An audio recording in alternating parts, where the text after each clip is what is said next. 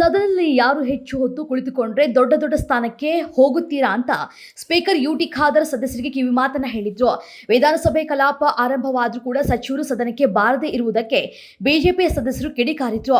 ಇದೇ ಸಂದರ್ಭದಲ್ಲಿ ಸದನಕ್ಕೆ ಬಾರದ ಸದಸ್ಯರಿಗೆ ಸ್ಪೀಕರ್ ಯುಟಿ ಖಾದರ್ ಗುರುವಾರ ರಾತ್ರಿ 10 ಗಂಟೆಯವರೆಗೆ ಕೂಡ ಸದನ ನಡೆದಿದೆ. ಸದನ ಮುಗಿಯುವ ತನಕವೂ ಸದಸ್ಯರು ಇರಲೇಬೇಕು. ಯಾರು ಜಾಸ್ತಿ ಹೊತ್ತು ಕುಳಿತುಕೊಳ್ತೀರೋ ಜಾಸ್ತಿ ಹೊತ್ತು ಸದನದಲ್ಲಿ ಸಮಯ ಕಳೆದು ಶಾಸಕರ ಬಹುಮಾನ ಗೆಲ್ಲುತ್ತೀರಿ, ಅಲ್ಲದೆ ದೊಡ್ಡ ದೊಡ್ಡ ಸ್ಥಾನಕ್ಕೆ ಹೋಗ್ತೀರಿ ಅಂತ ಕಿವಿ ಮಾತನ್ನ ಹೇಳಿದ್ರು.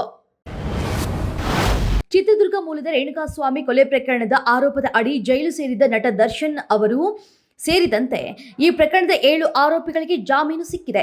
ಆದರೆ ಚಿತ್ರದುರ್ಗದಲ್ಲಿ ಈ ಬಗ್ಗೆ ಪ್ರತಿಕ್ರಿಯಿಸಿರುವಂತಹ ರೇಣುಕಾಸ್ವಾಮಿ ತಂದೆ ಶಿವನಗೌಡ, ಜನರ ನ್ಯಾಯಾಲಯದಲ್ಲಿ ಅವರಿಗೆ ಜಾಮೀನು ಸಿಕ್ಕಿರಬಹುದು, ಆದರೆ ದೇವರ ನ್ಯಾಯಾಲಯದಲ್ಲಿ ನಮಗೆ ನ್ಯಾಯ ಸಿಕ್ಕೇ ಸಿಗುತ್ತದೆ ಅಂತ ವಿಶ್ವಾಸವನ್ನು ವ್ಯಕ್ತಪಡಿಸಿದ್ದಾರೆ.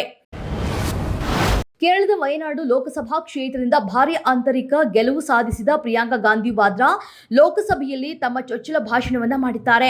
ಮೊದಲ ಭಾಷಣದಲ್ಲೇ ಬಿಜೆಪಿ ಮತ್ತು ಪ್ರಧಾನಿ ಮೋದಿ ವಿರುದ್ಧ ಕಿಡಿಕಾರಿದ್ದಾರೆ. ಸಂವಿಧಾನದ 75ನೇ ವಾರ್ಷಿಕಾಚರಣೆಯ ವಿಚಾರದಲ್ಲಿ ನಡೆದ ಚರ್ಚೆಯಲ್ಲಿ ಭಾಗವಹಿಸಿದ ಪ್ರಿಯಾಂಕಾ ತಮ್ಮ 30 ನಿಮಿಷದ ಭಾಷಣದಲ್ಲಿ ವ್ಯಂಗ್ಯವಾಗಿ ಬಿಜೆಪಿಯನ್ನು ಲೇವಡಿ ಮಾಡಿದ್ದಾರೆ.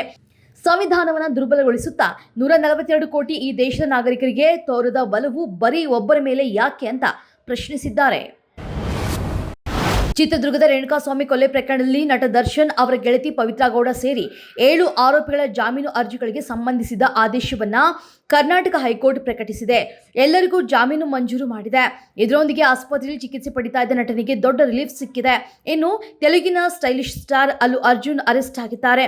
ಸಂಧ್ಯಾ ಥಿಯೇಟರ್ನಲ್ಲಿ ಸಂಭವಿಸಿದ ಕಾಲ್ತುಳಿತದಲ್ಲಿ ಮಹಿಳೆ ಸಾವನ್ನಪ್ಪಿದ ಪ್ರಕರಣಕ್ಕೆ ಸಂಬಂಧಪಟ್ಟಂತೆ ನಟ ಅಲ್ಲು ಅರ್ಜುನ್ ಅವರನ್ನ ಪೊಲೀಸರು ಅರೆಸ್ಟ್ ಮಾಡಿದ್ದಾರೆ.